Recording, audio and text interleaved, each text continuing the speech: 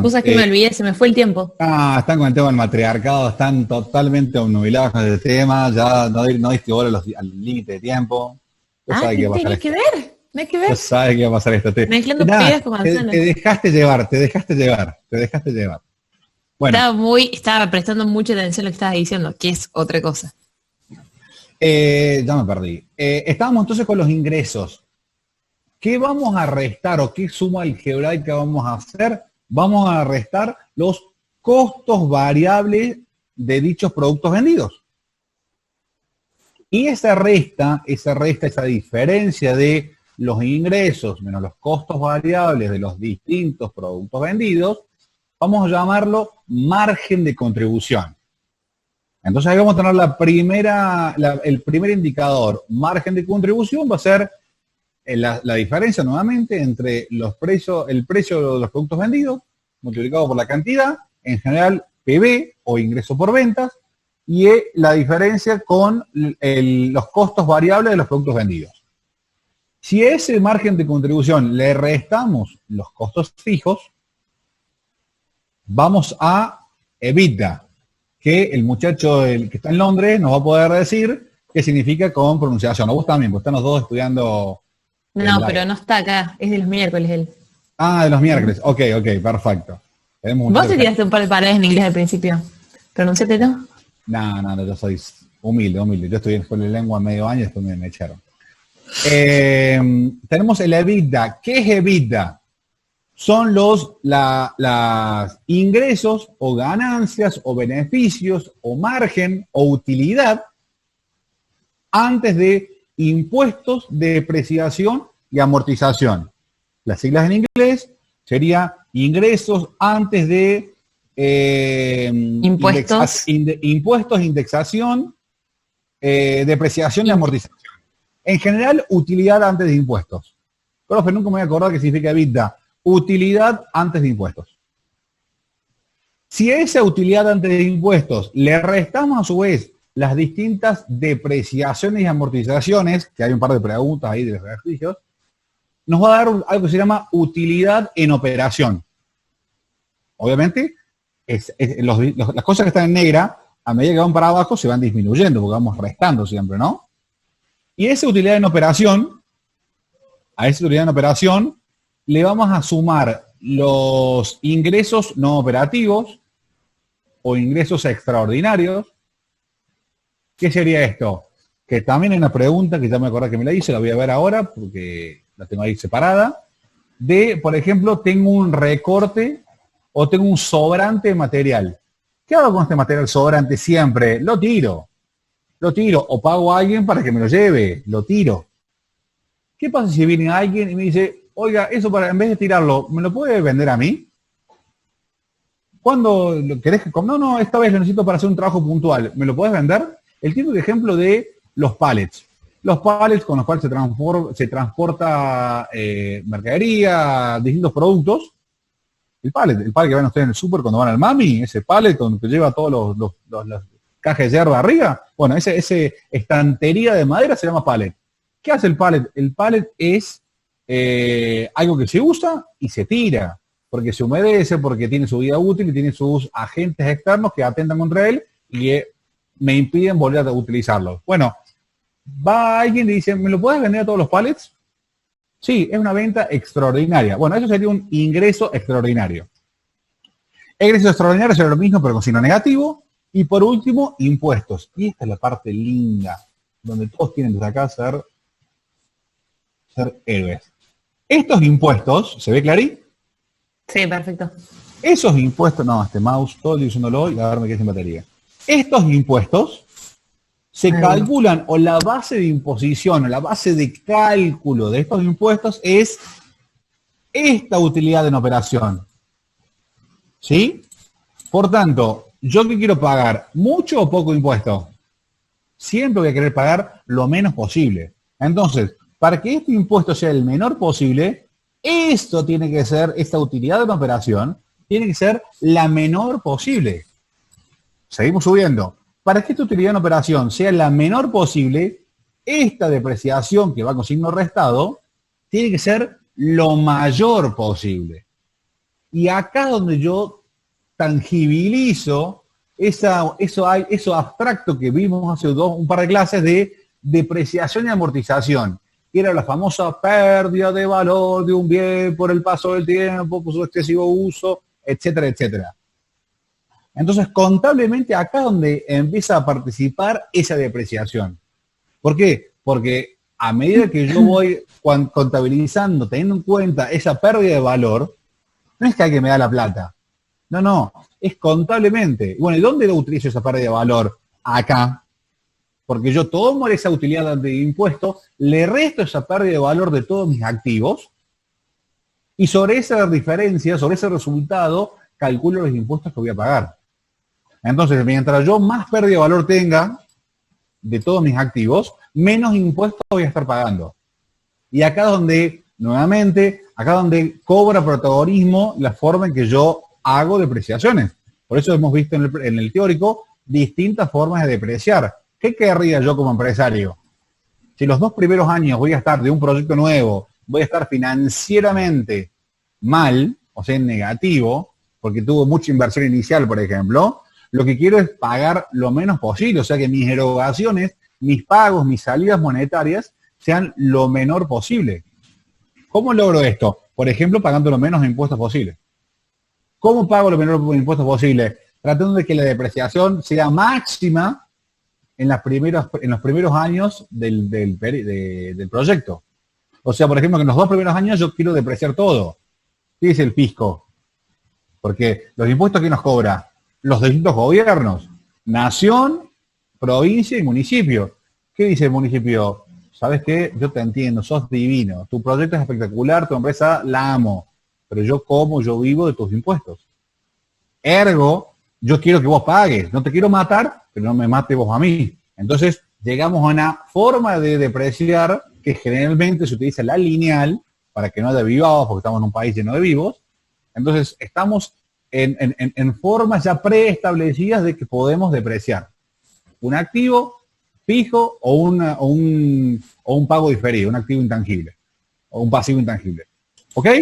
Entonces, acá es donde entra en juego eso de que vimos de la pérdida de valor, acá entra en juego. ¿Para qué? Para pagar la menor cantidad de impuestos posible.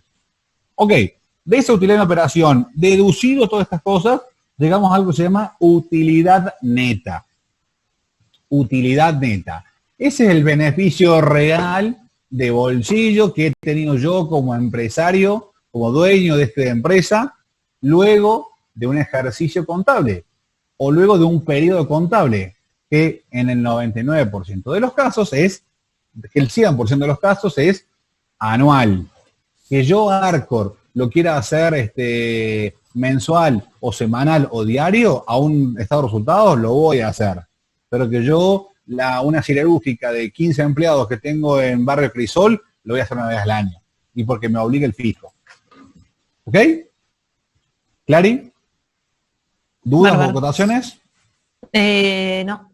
Sí, alguien había acotado, Franco, que dijo, bueno, no sé en qué parte cuando estabas hablando, pero hablaba de que muchas veces el sobrante metálico de algunas empresas lo venden para hacer arandelas. Correcto. A ver si es Franco el que me escribió. No es Franco el que me escribió. Sí, claro. Cuando veamos al final del año algo que se llama costo conjuntos, no, lo voy a dejar para el final del año, olvídense. Pero sí, claro, la realidad es que nada se pierde. Segundo principio de la termodinámica, lo van a aplicar al sentido comercial propiamente dicho. Nada se pierde. Tratamos de sacar el provecho a todo. Entonces, a utilidad se le entiende como el interés o provecho o beneficio que se obtiene de vender algo. La ganancia o beneficio. Utilidad siempre va a ser ingresos menos costos. Esto lo estuvimos viendo recién. Tenemos distintos tipos de utilidades. El margen de contribución o utilidad bruta. Tenemos la utilidad en operación. Tenemos utilidad neta. Tenemos utilidad antes de impuestos. Antes que sigas, hay un par de dudas que surgieron recién cuando terminaste. Dice, profe, si busco depreciar mucho y rápido, ¿no tendré que cargar eso en el precio?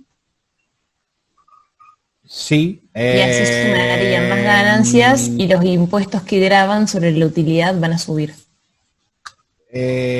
Sí. A ver, una cosa es cómo costeo yo, una cosa es cómo costeo yo, otra cosa es qué presento ante el fisco para pagar impuestos.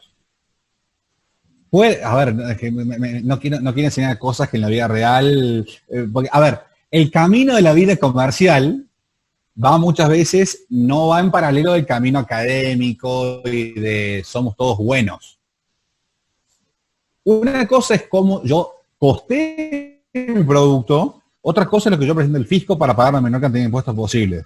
En general, deberían ir de la mano. O sea, lo que yo digo acá es lo que hago acá. Pero muchas veces lo que uno dice no es lo que uno termina haciendo.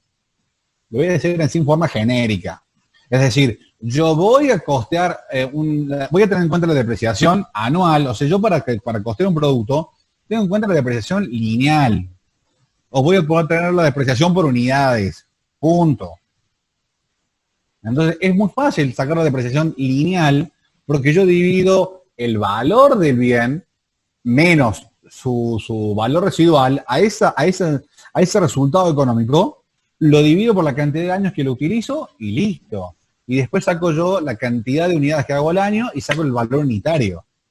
Eso para mi costeo, porque voy a mercado. Yo obviamente, haciendo esta avivada impositiva, no voy a perder el mercado, obviamente. Entonces una cosa como yo costeo, no voy a costar así, seguramente lineal. Ahora, cuando va del fisco, lo que voy a querer es una extensión impositiva casi total. Entonces lo que voy a querer es mandar toda mi depreciación ahí. Lo cual no quiere decir que si yo deprecio en 2 años, me doy vuelta y le voy a cargar los primeros 2 años y mis productos sean impagables, incomprables, porque tienen una depreciación enorme, astronómica, cargada adentro. ¿Ok? Bien, y te preguntan si no convendría depreciar por método de suma. Puede ser. El tema es que, nuevamente, acá tenemos una relación de un conflicto de intereses. Por otro lado, tenemos al fisco que no nos permite depreciar como nosotros querramos. La depreciación en suma, recordemos, va disminuyendo. Es mayor al principio y conforme se van pasando, bueno, ya lo han visto, conforme van pasando los periodos contables, va disminuyendo y es mínima al final de la vida útil del bien, de la vida útil contable, ¿verdad? Entonces, podría ser. El tema es que no todos los activos los puedo depreciar de esa forma. No todos los activos los puedo depreciar de esa forma. Hay una serie de activos que ya me vienen preestablecidos como su depreciación. ¿Para qué? Para evitar avivadas. Lisa y llanamente para eso. Bien, después te preguntan, dicen acá que no entienden la relación entre impuesto y depreciación. Impuesto y depreciación, nos tenemos que volar. Y aquí, ay, perdón, me volví de más. Perdón, me copé. Estoy como peleando con delay. Es que le di varias veces el para atrás y siguió yendo para atrás. Vamos a ver, tiki. Bueno, tenemos, ¿qué vamos a comparar? Vamos a comparar. Está celestito. Yo te pongo acá una estampa de depreciación. Depreciación, aquí sale. Impuestos. No, pero ponen todo, no. Bueno, vamos a tener en cuenta, hay una flechita. Depreciación, para que está celeste, lo vamos a poner ahí, a ver, mira, ahí tenemos flechita. Ay, ¿cómo se...? Se hicieron 1000 flechas. Después las borramos todas, no tenemos problema. ¿Qué vamos a tener en cuenta acá? Tenemos una utilidad antes de impuestos. Espera que ahora vuelvo así acá. Tenemos una utilidad antes de impuestos. A esa utilidad antes de impuestos le vamos a restar las depreciaciones y vamos a sacar una utilidad en operación. Vamos a poner número. Mira, vamos a hacer así. Es más fácil. Si esta utilidad, esto era... Si acá esto es 10, las depreciaciones... no te puedo creer, esto es todo celeste. ¿Para qué haces con celeste vos, Luca?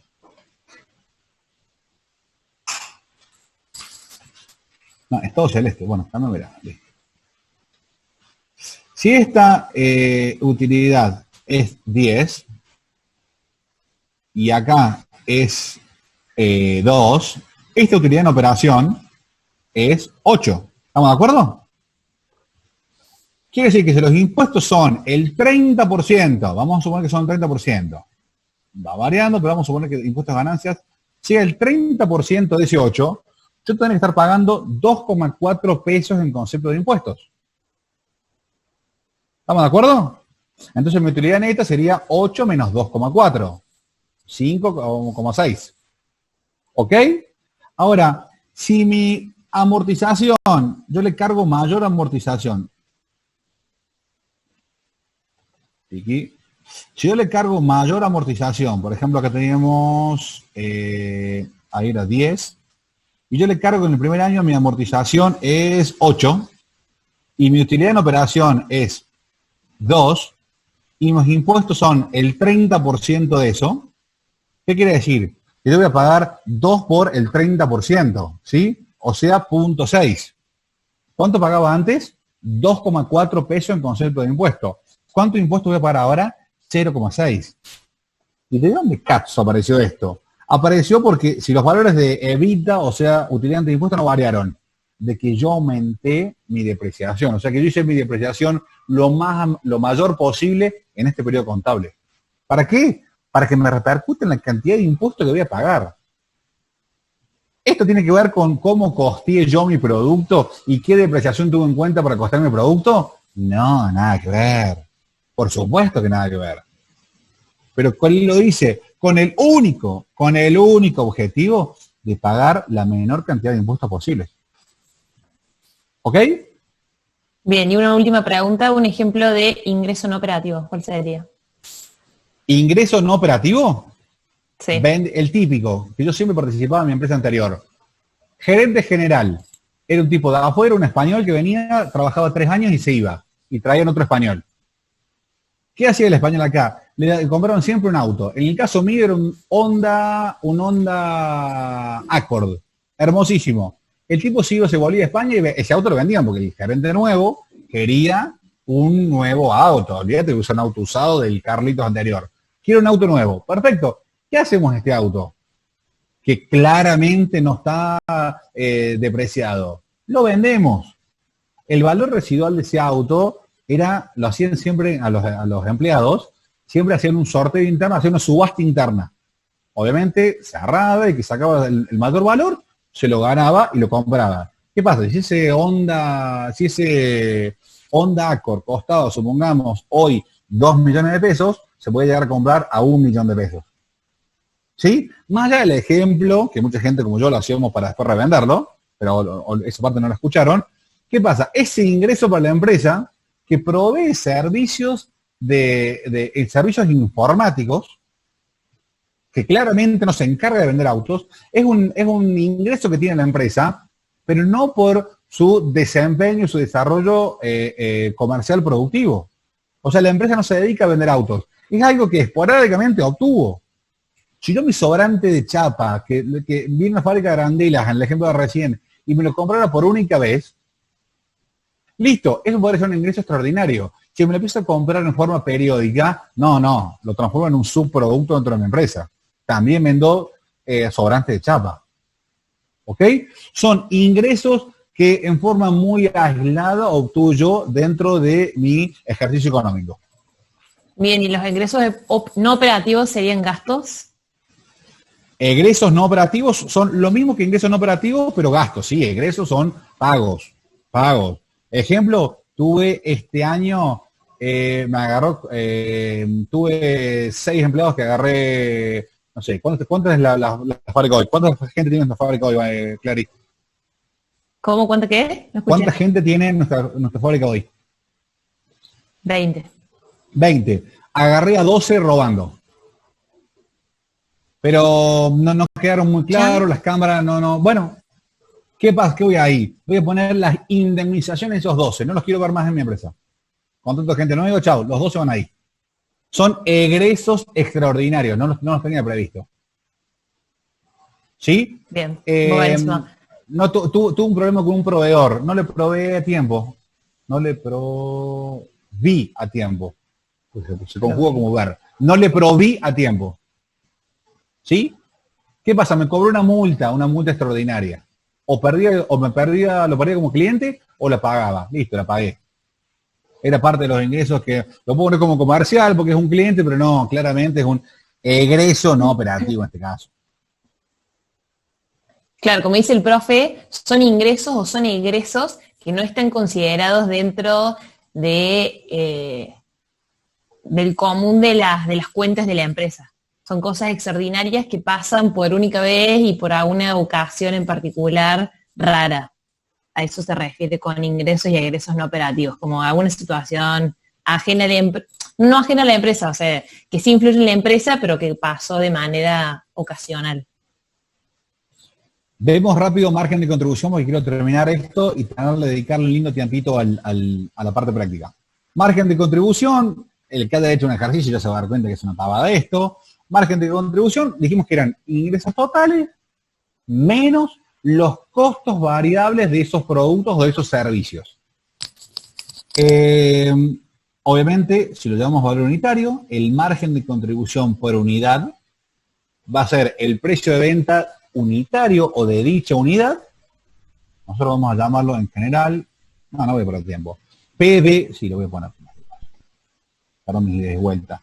¿Qué vamos a poner acá? Vamos a llamarlo PB unitario menos costo variable unitario. Eso sería ese margen de contribución por unidad. ¿Ok?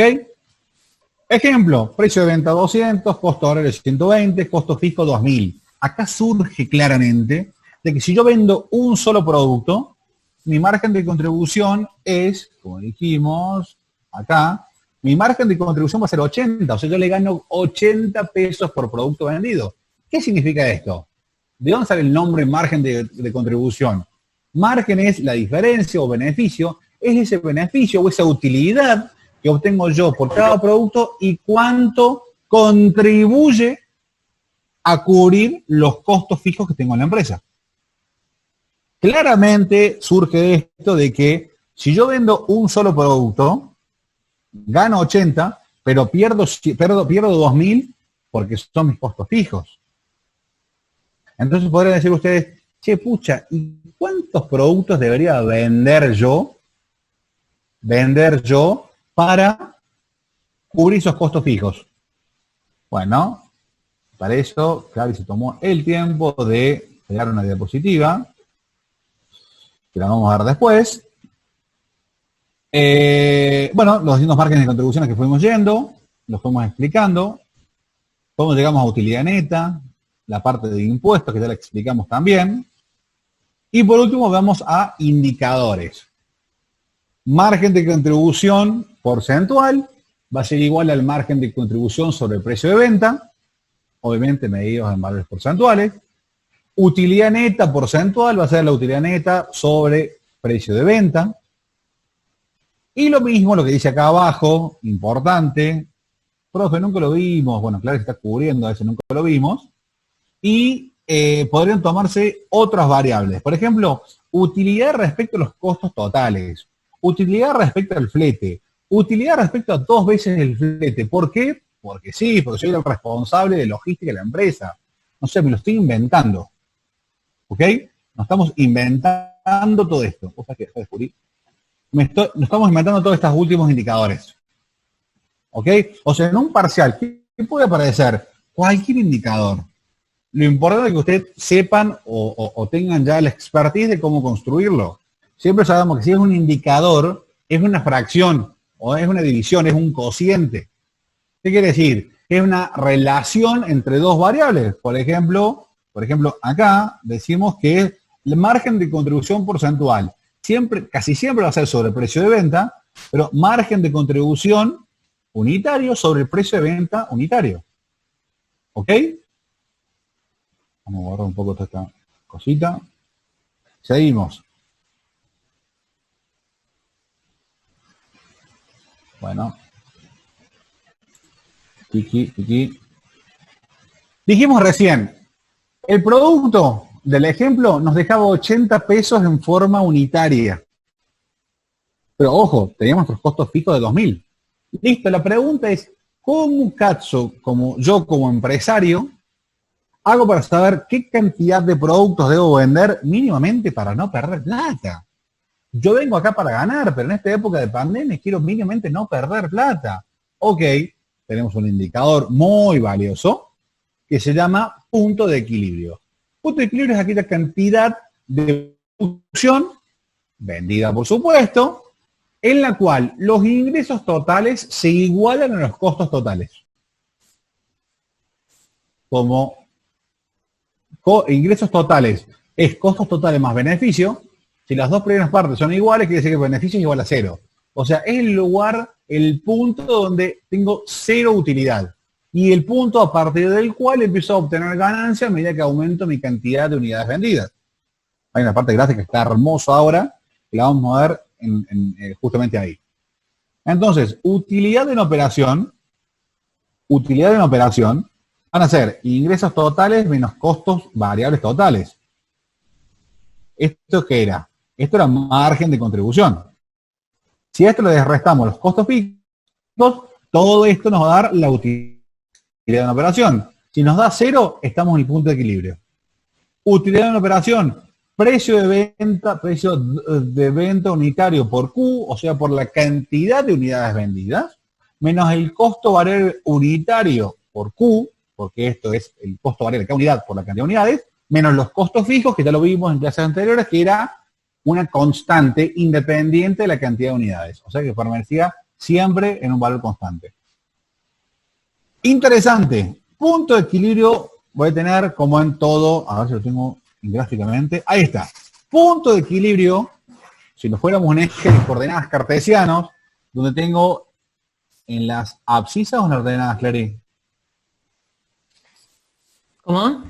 Nada, deja, olvídate. Si No, tuviéramos en las abscisas, escucho todo entrecortado. si tuviéramos en las abscisas la cantidad de unidades vendidas, te estaba haciendo mal, nada, me quedé de caliente con el principio de la clase. Si tuviéramos unidades vendidas acá y tuviéramos en las ordenadas moneda, en este caso dólares, pero signo peso, obviamente el punto de equilibrio va a ser un par ordenado. Un punto dentro de esta gráfica es un par ordenado. Perdí el cursor.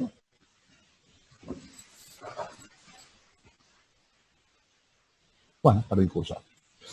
Un par ordenado, con lo cual cada punto, donde está el punto de equilibrio, ¿sí? Voy a tener, cada punto de equilibrio va a tener su componente en X y su componente en Y. O sea, voy a tener un punto de equilibrio de cantidad de unidades y un punto de equilibrio económico, ¿sí? Entonces, si yo me voy al anterior, a la solapita anterior, Tiki, yo voy a tener un punto de equilibrio en unidades y un punto de equilibrio económico. El punto de equilibrio en unidades, ¿a qué va a ser igual? Al costo fijo sobre el margen de contribución. O sea, al costo fijo sobre el precio de venta unitario menos el costo variable unitario. Acá empezamos a relacionar los distintos conceptos de manera con fórmulas. Entonces, línea de costos totales. Línea de costos totales, o sea, esa línea de costos totales, ¿a qué va a ser igual? Aquí va a ser igual. A ver si lo puedo remarcar. Aquí va a ser igual. ¿Ves la suma de los costos fijos más los costos variables? Ese gráfico, esa raya que acaba de jugar Clary, claramente nos ayuda con la comprensión. Aquí era igual. Aquí era igual. No, sé, internet, te juro que ya me arrento hoy. Teníamos esta línea de puntos, recordamos que era la línea de costos fijos. La línea que partía del origen era la línea de costos variables, que era una cosa así, por ahí. Lo vimos la semana pasada. Esta línea, la AB, es la suma de costos fijos más costos variables. Perfecto. Esa línea es la sumatoria de ambos costos, los fijos y los variables. Línea de ingresos totales. es la cantidad de unidades vendidas por el precio de venta unitario. El famoso PV unitario por Q, que lo dibujamos recién. El punto de partida conveniente siempre es 0, porque si yo vendí 0 unidades, voy a tener 0 ingresos. Recordemos que estamos en una contabilidad idealizada, donde yo todavía no tengo cobranza por hacer de otras ventas, nada. Produzco lo que me demandan, lo que me demandan lo produzco, lo vendo y me lo pagan. Esto es una economía idealizada. Nuevamente, vamos a tener acá un segundo punto de cualquier elección, conveniente de producción y determine los ingresos totales. Vamos a poner que a 40 unidades vendidas, vamos a volver al gráfico, a 40 si no unidades vendidas. ¿Cómo? No, te lo hago ahí al costado, en ese hueco. A 40 unidades vendidas, ahí, o sea, ¿qué haría yo? Vamos a dibujar, no con amarillo, vamos a dibujar con rojo ahora. Eso, a 40 unidades vendidas, ahí, tiki, determino el punto B, que sería mi costo total. ¿Sí? Una cosa ahí. Ahora, acá, ahí está la línea, en 40 unidades vendidas, voy a tener ingresos, porque es donde toca la línea de ingresos totales, voy a tener mis ingresos que van a ser los 8.000. ¿Ok? Entonces, claramente estoy en la zona gris de zona de ganancias.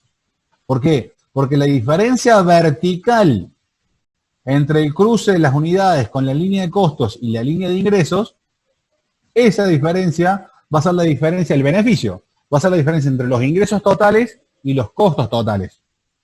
Si estuviera acá, de este lado de la curva, claramente, gráficamente me queda demostrado que la línea de costos va a ser mayor a la línea de ingresos. ¿Alguna duda con esto? ¿Alguna acotación, Clary? No, bueno, eso que arriba es ganancia y abajo sería pérdida, digamos.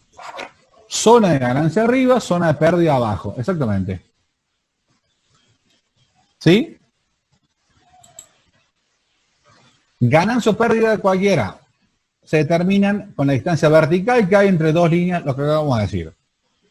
Entonces, para las cantidades menores, la cantidad de equilibrio, los costos totales van a ser mayores a los ingresos, bien digo, y a la derecha del punto de equilibrio, o sea, para cantidades mayores respecto del punto de equilibrio en unidades, vamos a estar en zona de ganancias.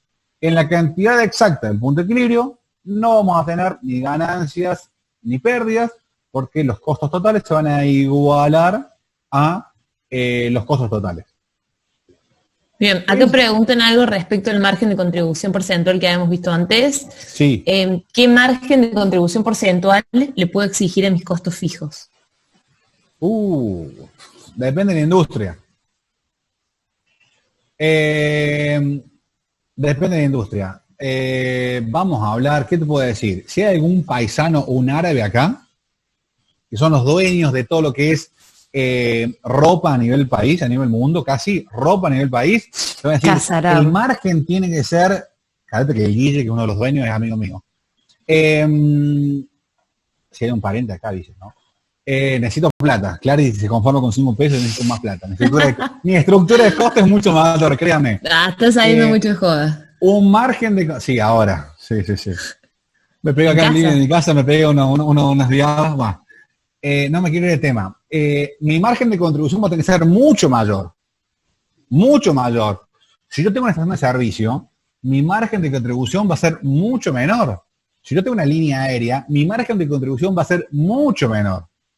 Entonces, depende del rubro, depende de las famosas P de mercadotecnia que van a ver en el hermosísimo libro de Kotler. Que van a ver, este año lo ven, ¿no? En comercialización. En comercialización, sí. Perfecto.